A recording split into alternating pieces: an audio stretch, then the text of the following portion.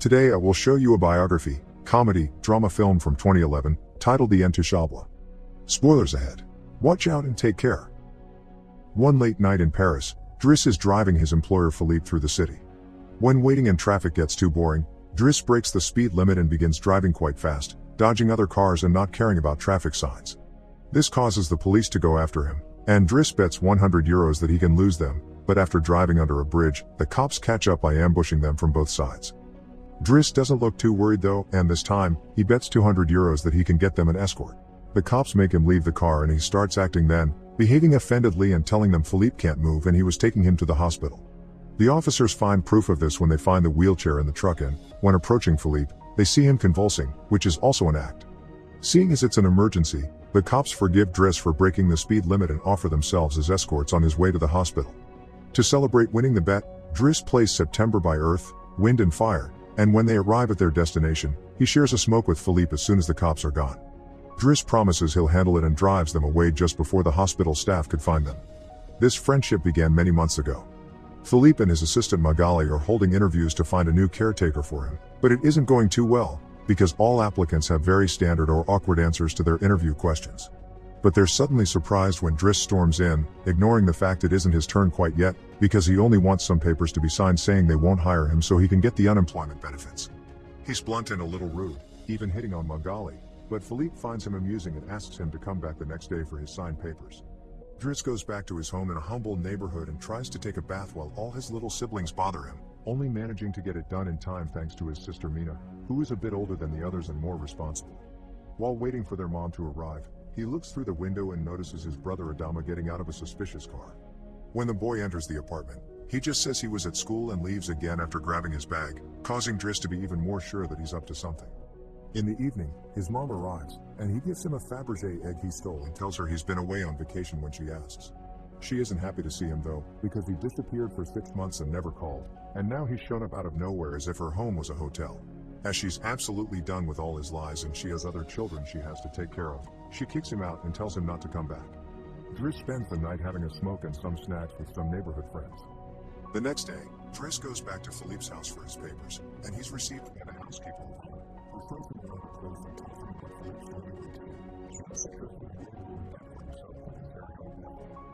Driss can't help staring at the bathtub before he's dragged to sleep.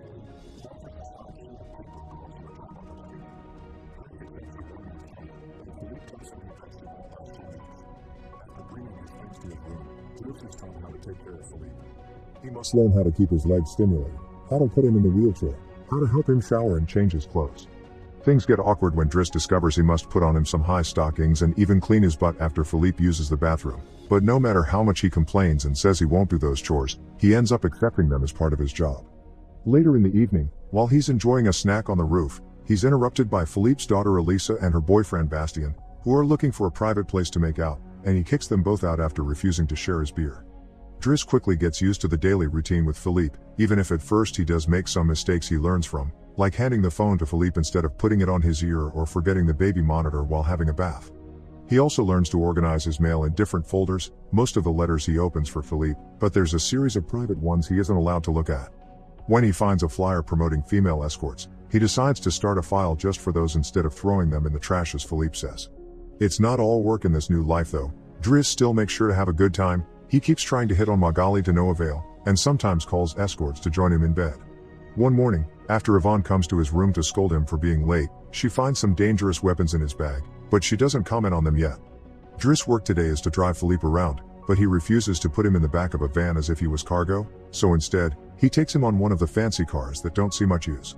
Philippe, who first thinks this isn't suitable and says they should be pragmatic, is soon getting excited at the idea of a faster, less boring ride, although Yvonne still disapproves. When they try to leave the building, there's a neighbor parked at their entrance, ignoring the sign on the door that says it's forbidden. Driss wastes no time and goes after the guy, grabbing him by the front of his shirt and threatening him until he moves the car. Philippe is impressed by his actions, but Yvonne, once again, disapproves.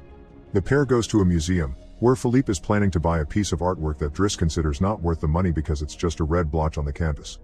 Afterward, Philippe meets with a relative of his, who tells him everyone is worried about Driss since he can be violent.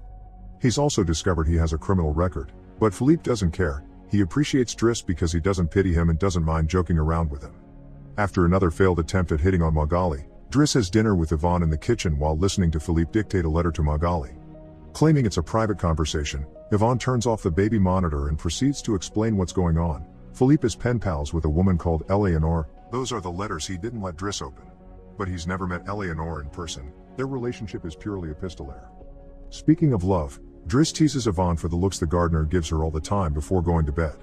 He's trying to sleep when he hears some weird sounds coming from the baby monitor. Philippe is having trouble breathing. Not being capable to ignore him even if he tries, Driss goes to his room and gently guides him through the attack with soothing words and a wet cloth to wipe his face. Philippe eventually falls asleep, only to wake up again moments later, saying he needs air. This time Driss doesn't hesitate. He puts Philippe on the wheelchair, covers him with blankets, and takes him out for a stroll by the river. This is the first time Philippe has seen Paris at night in a long time, and now he's more relaxed. He explains to Driss that the medicine can only do so much and he sometimes experiences phantom pain. When they see some girls walking by, Philippe also confesses he isn't capable of pleasuring a woman because of his situation, but he still can enjoy some satisfaction when he gets his ears massaged because they are sensitive zones. When the phantom pain threatens to appear again, Driss shares one of his joints with Philippe, who is skeptical at first but ends up loving it. Afterward, they go to a restaurant, where they joke around while sharing a meal, and Philippe decides to share more of his story. He met his wife when they were students, and shortly after they got married, she had 5 miscarriages and was diagnosed with an incurable, terminal illness. That's when they adopted Elisa. Philippe has always loved competitions, extreme sports, and speed, and a paraglider gave him that. It was during a paragliding session that bad weather caused him to crash and break his vertebrae, although he still thinks his real handicap isn't the chair but living without his wife. After joking around some more, Philippe remembers the date and realizes Driss has passed his 1-month trial, so he's now officially hired. But he needs to start by bringing back the Fabergé egg he stole because it was a gift from his wife. She would give him one every year, and he has exactly 25, matching their time together.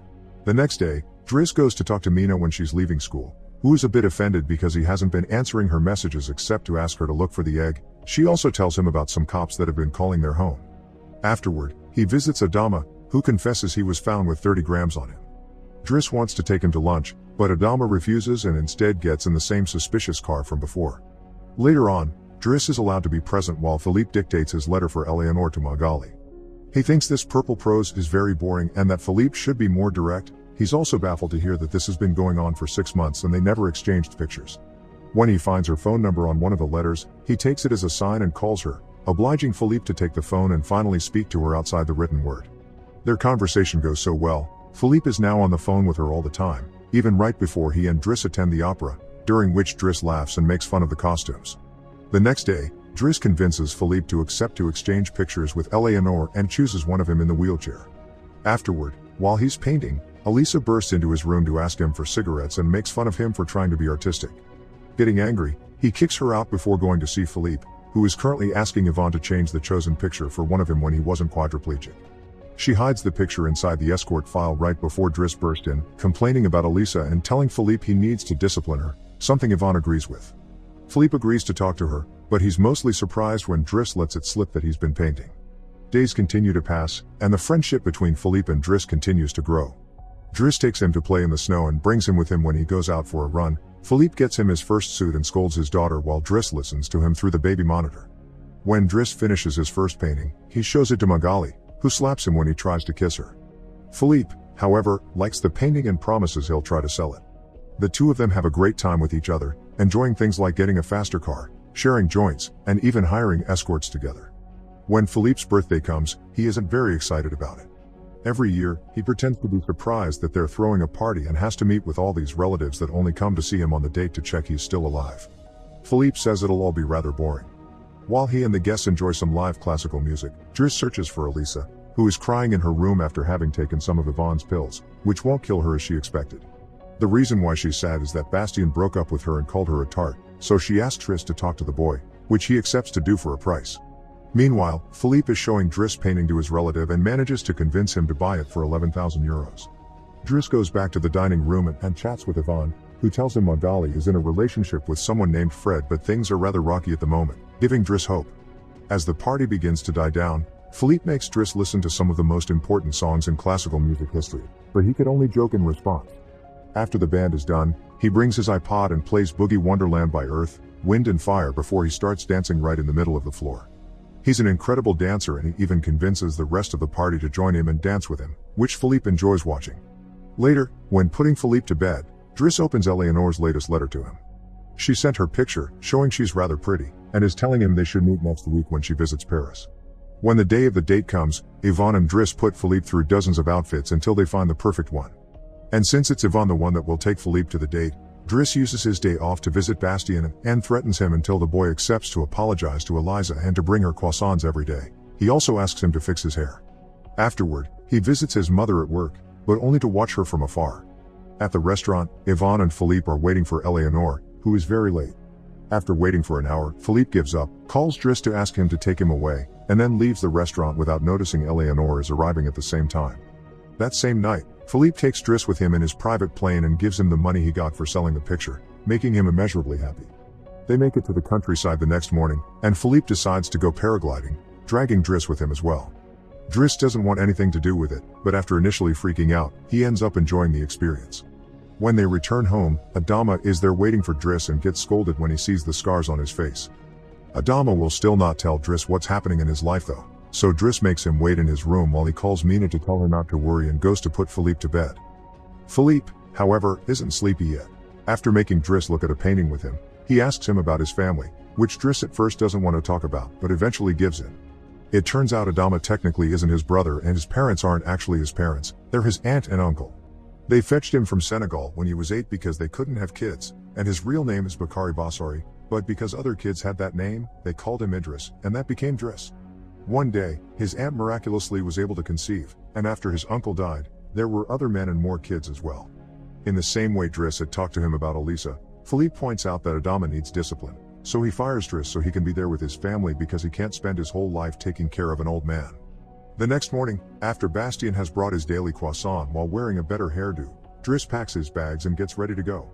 Magali comes to say her goodbyes, and when Driss tries to hit on her one last time, Magali introduces him to his significant other Fred, which is short for Frederic. Turns out Magali isn't interested in men, and Driss gives up on the spot. On his way out of the house, he gives the baby monitor back to Yvonne and teases her for having lied to him about Magali just to mess with him. In return, she gives him the escort file he had started, and he's disappointed to find the picture he had chosen is hidden there. Driss throws away the file, but he keeps the photo for himself. Once outside, he finds a car once again blocking the entrance, so he asks him to move away even if he doesn't work there anymore.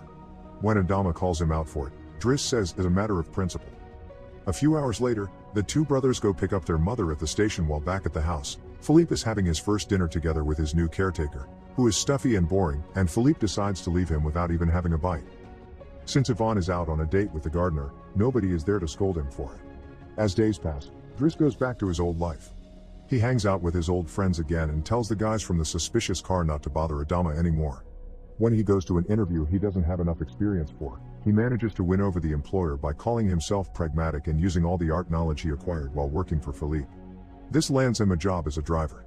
Philippe continues to dislike his new caretaker and is in a constant bad mood. One night, he refuses anyone in the house to help him with his phantom pain, so Yvonne calls Driss and asks him to come over. That's how they find themselves in the situation from the beginning, with the cops chasing after them first and escorting them to the hospital later. After that little adventure, Driss drives Philippe to the coast, and the sight of the sea helps Philippe calm down. Sometime later, Driss takes care of Philippe's overgrown beard before taking him to a restaurant for lunch, but he doesn't stay, because someone else will be making Philippe company today. Driss wishes him luck and finally gives him back his egg before leaving, and Philippe starts worrying about being alone until he sees who his date is, Eleanor, who is delighted to see him and doesn't mind the chair at all. The real Count Philippe Pasco Bordeaux now lives in Morocco. He has remarried and has 2 daughters. The real Driss, actually called Abdel Yasmin Selou, has his own firm and is also married with 3 children. The 2 men continue to be very close friends to this day.